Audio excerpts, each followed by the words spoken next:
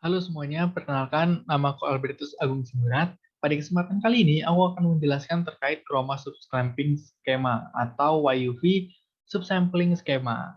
Nah, chroma subsampling ini pertama kali itu muncul karena adanya fakta menarik yang berhasil ditemukan, teman-teman. Faktanya itu adalah bahwa ternyata nih, mata manusia itu lebih peka atau lebih bisa membedakan hitam atau putih atau brightness gitu, tingkat kecerahan daripada suatu warna gitu, teman-teman. Nah, maksudnya seperti apa? Maksudnya, aku bakal kasih contohnya nih, seperti apa. Jadi misalkan aku punya gambar asli yang bisa bisa kita lihat di paling kiri. Nah, ketika gambar asli ini unsur warnanya aku hilangkan, maka akan jadi yang seperti di tengah ini gitu. Bentuknya masih terlihat gitu, hanya saja tidak ada warnanya. Tetapi jika gambar asli ini tingkat kecerahan yang aku hilangkan, luminance yang aku hilangkan, maka yang terjadi adalah yang seperti paling kanan ini gitu, hitam gitu, tidak terlihat apa-apa. Gitu. Ini yang dimaksud adalah mata kita tuh lebih peka terhadap cahaya gitu daripada warna. Nah, berangkat dari fakta menarik ini, lalu apa sih chroma subsampling itu gitu sebenarnya? Nah, chroma subsampling itu adalah teknik atau konsep pengelolaan yang memanfaatkan fakta tersebut, teman-teman, yaitu fakta bahwa mata manusia itu merasa brightness atau luminance itu lebih berpengaruh gitu daripada warna atau chrominess itu sendiri gitu. Dan bertujuan untuk melakukan pengurangan resolusi warna dengan sampling ulang. Biasanya digunakan pada sinyal YUV gitu. Jadi tujuan akhirnya bisa dibilang untuk mengurangi size dari gambar atau foto yang disampling seperti itu, teman-teman. Nah, bagaimana skemanya? Pertama-tama mulai dari melakukan sampling dari suatu gambar atau foto gitu. Ini aku contohkan aja. Misalkan dia mengambil 8 pixel, umumnya mengambil 8 pixel dengan ukuran 4 kali 2 gitu. Bisa dilihat dari sini. Setelah didapatkan yaitu memecah sampling tadi dari RGB menjadi YCBCR, teman-teman. Terus yaitu memisahkan komponen warna menjadi ini Y yaitu luminance yang melambangkan mewakili unsur luminance atau tingkat kecerahannya seperti itu cahayanya, terus habis itu kromanya ini dibagi menjadi dua yaitu chroma blue dan chroma red. Nah, di mana si B ini mewakili range warna dari biru sampai hijau dan si R atau prominence red ini mewakili warna range warna merah sampai hijau gitu. Nah, nanti akan diproses yaitu bagian kromanya ini saja. Luminance itu tidak akan diapa-apakan gitu. Jadi yang di subsamplingkan yang akan diproses itu yang khusus bagian kromanya ini saja. Nah, jadi chroma subsampling ini digambarkan dengan 3 rasio, yaitu rasio JAB dikenalnya. J-nya itu apa? J-nya itu adalah horizontal sampling reference-nya yang biasanya bernilai 4. Terus habis itu A-nya adalah banyaknya dari sampel chrominance-nya atau warnanya gitu pada baris pertama J pixel dan B-nya itu adalah banyaknya perubahan sampel chrominance di antara baris pertama dan baris kedua di J pixelnya gitu. Maksudnya seperti apa nanti bakal kita contohkan langsung biar lebih jelas gitu. Tapi sebelumnya kita lihat dulu sini ada chroma subsampling itu ada 4 rasio umum ya yang digunakan yaitu 4:4:4, 4:2:2, 4:2:0 dan 4:1:1. Kita langsung ke yang pertama yaitu chroma subsampling 4:4:4 ya. Nah, di sini luminance-nya tuh tidak diapa-apakan teman-teman, tapi yang kita akan proses tuh yang bagian chromanya gitu. Nah, jadi mulai dari sini. Ini perbandingan 4:4 ini melambangkan berarti J-nya 4, A-nya 4, dan B-nya juga 4 gitu. Nah, J itu tadi adalah nilai dari horizontal reference pixelnya gitu. Jadi di sini kita lihat referensinya pixel horizontalnya ada 4, 1, 2, 3, 4. Nah, umumnya menggunakan 4 kali 2 seperti itu ya, teman-teman. Untuk rasio dari chroma subsampling JAB ini. Nah, A-nya itu adalah gampangnya berapa banyak warna pada baris pertama pixel ini gitu. Dari pixelnya kan ada 4 ya. Nah, berapa banyak nih? Yaitu ada 1, merah kan, kuning, hijau, dan biru muda. Berarti ada 4 nih, makanya A-nya 4. Nah, B-nya itu adalah tadi perubahan atau perbedaan warna antara baris pertama dan baris kedua. Nah, perbedaannya itu yang dihitung jadi nilainya gitu. Nah, jadi contohnya misalkan sini merah, terus di bawah tepat di bawahnya itu coklat gitu. Nah, itu dihitung sebagai satu. Terus habis itu kuning, di tepat di bawahnya di baris keduanya itu prominence-nya adalah merah muda atau pink, jadinya dihitung dua. Kemudian ini hijau dengan ungu jadinya tiga. Terus habis itu biru muda dan biru tua jadinya 4 gitu. Makanya nilai B-nya yang atau nilai perbedaannya itu yaitu 4 gitu. Jadinya 4, 4, 4 seperti itu. Kemudian disatukan antara luminance dan chromanya menjadi seperti ini gitu, lebih gelap gitu. Nah, itu didapatkan perbandingan yang 4 banding 4 banding 4. Nah, untuk perbandingan 4 banding 4 banding 4 ini besarnya berapa sih nilainya? Nah, kita lihat nih, bit per pixelnya. Di mana menghitung bit per pixelnya itu yaitu menjumlahkan nilai dari Y, CB, dan CR-nya gitu. Di mana nilai YCBCR-nya ini dihitung bitnya gitu teman-teman. Berapa bit gitu jumlahnya di setiap pixelnya gitu. Terus habis itu dibagi dengan jumlah sampling dari pixelnya gitu. Di mana kalau di sini kita kan nggak samplingnya itu 8 pixel ya teman-teman. Ada 8, 1, 2, 3, 4, 5, 6, 7, 8 gitu. Jadi satu kotak ini mewakili 1 pixel sehingga ada 8 pixel. Nah nilainya, nilai dari YCBCR-nya ini kita hitung gitu teman-teman. Dari satu warna itu bernilai 8 bit gitu. Jadi misalkan prominence-nya ini kan tidak kita otak-atik, berarti jumlahnya ada 1, 2, 3, 4, 5, 6, 7, 8, di mana satu ininya bernilai 8, berarti 8 kali 8, 64, ditambah 64, chroma blue-nya juga 64, terus yang ini perlu catat, chroma blue sama chroma red tuh nilainya selalu sama. CBCR tuh nilainya selalu sama, jadi karena ini juga ada 8 warna, berarti 8 kali 8, 64, tambah 64 dan dibagi 8 sehingga didapatkan hasilnya 24 bit per pixel. Seperti itu teman-teman. Nah, kita lanjut ke yang kedua yaitu 4 banding 2 banding 2. Nah, ketika 4 banding 2 banding 2, J-nya tetap 4 ya. Ini bisa kita lihat sebenarnya masih berasal dari 4 referensi horizontal samplingnya. Ada 1, 2, 3, 4. Terus kemudian A-nya yaitu banyaknya warna pada baris pertama J pixelnya yaitu ada merah dan hijau, 2 kan. Jadi A-nya tetap 2 seperti itu. Terus B-nya itu perubahan warnanya kita lihat. Warna yang di atas ini merah, di bawahnya itu ada hijau 1. Terus habis itu yang ini hijau, di bawahnya ada ungu, berarti kita hitung 2 dan nggak ada lagi. Berarti bisa dilihat perbandingan J422 itu bakal menjadi seperti ini, dan ketika disatukan dengan luminance-nya itu akan menjadi seperti ini hasil YCBCR-nya. Bisa sedikit dilihat perbandingannya dari yang 4 banding 4 banding 4 dan 4 banding 2 banding 2 itu teman-teman. Seperti ini ya, kurang lebih.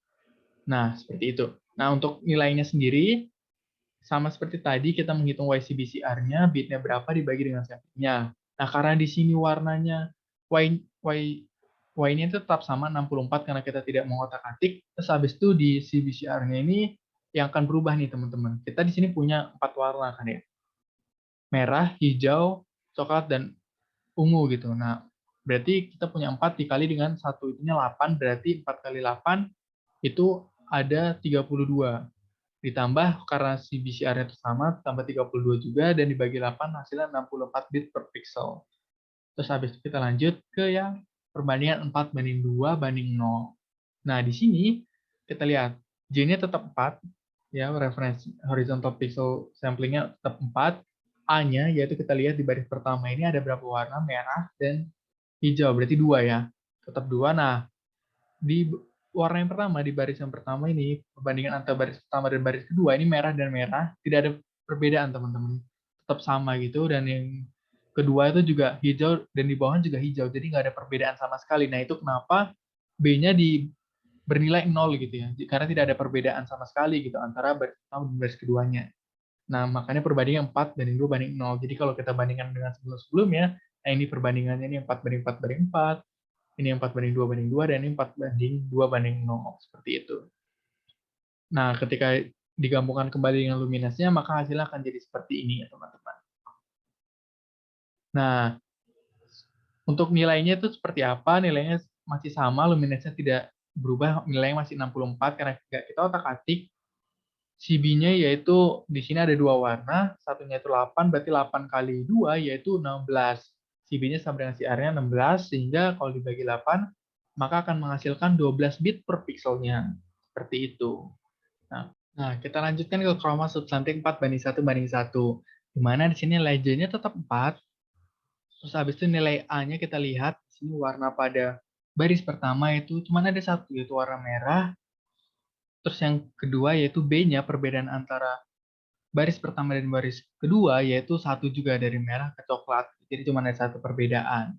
Jadi dia mengambil referensi warna paling kiri untuk dijadikan satu deret itu warna merah semua. Jadi kalau misalnya kita lihat perbandingannya dengan yang sebelumnya, ini bisa kita bandingkan. Nah, ini yang 4:4, 4:2, 4:20, dan 4:11. Terlihat seperti itu. Nah, ketika digabungkan antara luminance dan chrominance-nya, jadinya seperti ini. Luminance warna merah gitu ya, teman-teman. Nah, untuk nilainya sendiri, kita coba hitung, di sini ada dua warna berarti kan. Nah, berarti karena luminance-nya tetap 64, berarti karena ada dua warna dikali 8, berarti 2 kali 8 itu 16. Begitu juga dengan combination rate-nya, yang nilainya sama dengan combination blue-nya, 16 juga, dan dibagi 8 tuh hasilnya akan menghasilkan 12 bit per pixel, di mana nilainya itu sama dengan yang 4:2:0, seperti itu. Nah, ini kalau kita lihat perbandingannya, nah ini perbandingannya bisa kita lihat. Nah, ini yang 4:4:4, 4:2:2, dan 4:2:0, dan 4:1:1. Nah, jadi kalau misalkan yang 4:4:4 ini, mereka masih menggunakan warna asli seperti itu. Jadi, semua warnanya itu diambil dan dilihat tanpa ada yang dikompresi lagi, diproses lebih lebih sedikit gitu. Nah, terus habis itu, nah kalau yang 4:2:2, dia itu mengambil dua nih, bisa teman-teman kita lihat, merahnya itu didapat dari, nah, warna yang paling pojok kiri atas seperti itu. Ini warna merahnya ngambil dari sini, terus begitu juga coklatnya ngambil yang paling kiri dari dua dua pixel yang diwakili itu yang dialokasikan, begitu juga yang hijau yang ini, dan juga ungu yang ini. Kalau misalkan yang 4:2:0 ini, merahnya itu didapatkan dari pojok kiri atas, yang paling pojok kiri atas gitu referensinya. Terus habis itu dialokasikan untuk 4 pixel di sekitarnya seperti ini. Jadi diambillah warna, di sini warna merah dan di sini warna hijau gitu ya teman-teman. Begitu juga dengan yang 4:1:1 gitu. Kalau 4:1:1 berarti dia juga ngambil warna merah paling pojok kiri atas, tapi dialokasinya sedikit berbeda dengan 4:2:0 gitu, di mana dia mengalokasinya ke satu baris full gitu, ke kanan 4 gitu. Begitu juga dengan yang coklat di bawahnya gitu. Nah, kita lihat perbandingannya di mana biasanya paling banyak digunakan itu adalah 4:2:0. Kenapa? Karena selain nilai bit per pixelnya itu adalah yang paling sedikit, kenapa paling banyak digunakan tuh bukan 4:1:1? Karena di sini pengambilan warnanya ya teman-teman. Kalau misalkan yang 4:1:1 ini ketika terjadi perbedaan warna yang kontras gitu, pas dicuplikan atau pas stempel, itu akan merusak gambarnya gitu, lebih sedikit merusak gitu, karena jaraknya terlalu jauh gitu dari ujung satu ke ujung lain. Sedangkan kalau yang 4:2:0 ini, dia mengalokasikannya di sekitar dia gitu kan. Jadi biasanya lebih umum digunakan yang 4:2:0 ini gitu. Hasilnya sedikit lebih baik daripada yang 4:1:1 seperti itu. Dan lebih irit juga. Nah, seperti itu. Nah, selanjutnya aku bakal ngejelasin terkait manfaat keilmuan sistem multimedia itu sebenarnya seperti apa sih terhadap kehidupan sehari-hari kita. Nah, sebelum itu kita pasti tahu dulu nih, apa itu sistem multimedia. Nah, sistem multimedia itu bisa dibilang adalah aplikasi yang mengkombinasikan penggunaan dari berbagai elemen media gitu ya. Seperti kita tahu gitu, ada teks, ada citra atau gambar, audio, dan juga video, dan disajikannya itu secara dinamis dan juga interaktif. Itulah sistem multimedia. Nah, kapan dan di mana sih peranan sistem multimedia dalam kehidupan kita? Nah, multimedia itu hampir berperan di setiap saat kehidupan kita ya teman-teman, secara kita nggak sadari atau apalagi di perkembangan zaman sekarang ini. Dan multimedia itu berperan di kehidupan kita sehari-hari dimanapun gitu. Karena multimedia itu dapat digunakan di mana aja, bahkan mulai dari kegiatan belajar mengajar, kita menggunakannya gitu. Terus habis itu kegiatan hiburan, kita nonton, mendengarkan musik, habis itu berbelanja, kita juga bertemu dan menggunakannya gitu. Terus habis itu di pekerjaan sekalipun kita beberapa pekerjaan bisa melihat itu, atau apalagi di zaman-zaman sekarang banyak yang menggunakan multimedia gitu sebagai alat bantunya. Jadi ditemukan di banyak tempat gitu. Jadi sangat bermanfaat di kehidupan sehari-hari. Nah, sebenarnya siapa aja sih yang berperan dalam sistem multimedia ini? Kalau di sini aku mengkategorikan menjadi dua, yaitu pengirim dan atau provider gitu bisa dibilang, dan penerimanya gitu. Si pengirim ini siapa sih? Yaitu pihak yang mengirimkan atau membuat informasi multimedianya itu sendiri, bisa dari perusahaan atau mungkin bisa dibilang konten kreator atau siapa gitu yang membuat informasi multimedia itu, menggabungkan, merekam, dan membagikannya. Nah, penerima itu adalah pihak yang menerima dan menikmati informasi multimedia, contohnya seperti penonton atau teman-teman yang sedang menonton videonya juga bisa dikategorikan sebagai penerima dari multimedianya ini gitu. Nah, tapi mengapa peranan sistem multimedia ini begitu penting gitu? Karena menurutku sistem multimedia itu menjawab permasalahan dan kebutuhan manusia teman-teman dari waktu ke waktu gitu. Karena adanya kebutuhan yaitu pertukaran informasi nih yang semakin cepat. Di mana kalau zaman dulu bisa kita bilang kayak nukerin informasi dalam surat itu kan bisa berhari-hari gitu. Sekarang dengan email bisa dalam sekejap udah ke tempat yang kita tuju seperti itu. Kebutuhannya semakin cepat dan semakin kompleks di mana kalau dulu kita mengirimkannya itu cukup teks gitu ya, teks atau surat seperti itu gitu. Tapi sekarang kita bisa mengirimkan audio atau suara kita, mengirimkan gambar, mengirimkan video atau bahkan ada kebutuhan-kebutuhan untuk mengirimkan nantinya bentuk-bentuk 3D gitu seperti itu. Nah, itu bisa aja di masa depan terjadi gitu. Nah, seperti itulah. Terus habis itu ditambah lagi perkembangan teknologi yang semakin cepat gitu mendukung hal-hal itu dan mendorong hal-hal itu. Dan mengapa penting juga karena mempermudah pekerjaan manusia, nggak bisa dipungkiri gitu. Salah contohnya di era sekarang itu yang begitu terasa di kita adalah video conference gitu ya, di mana video conference sangat membantu kegiatan belajar mengajar di era pandemi, dan itu peranan dari multimedia di mana ada audio yang dikirimkan, ada gambar yang dikirimkan atau cerita yang dikirimkan, ada gambar yang dicampur dengan audio menjadi video yang dikirimkan, segala macam seperti itu untuk membantu dan mempermudah pekerjaan manusia tadi. Tambah lagi, didukung dengan keilmuan sistem multimedia itu sendiri, yaitu yang memberikan pandangan terkait cara mulai dari memperolehnya, memproses, dan menyimpan, serta mentransmisikan atau mendistribusikan informasi multimedia itu secara efektif dan baik itu seperti apa. Nah, itulah mengapa sistem multimedia begitu penting, teman-teman. Nah, tapi bagaimana kemudian sistem multimedia itu sebenarnya bekerja? Secara sederhana, sebenarnya dibagi menjadi 3 ya teman-teman. Mulai dari perekaman atau penciptaan. Jadi ketika kita misalkan ambil contoh aja dengan HP kita merekam suatu kejadian atau momen gitu. Nah, itu sudah masuk kategori perekaman dan penciptaan gitu.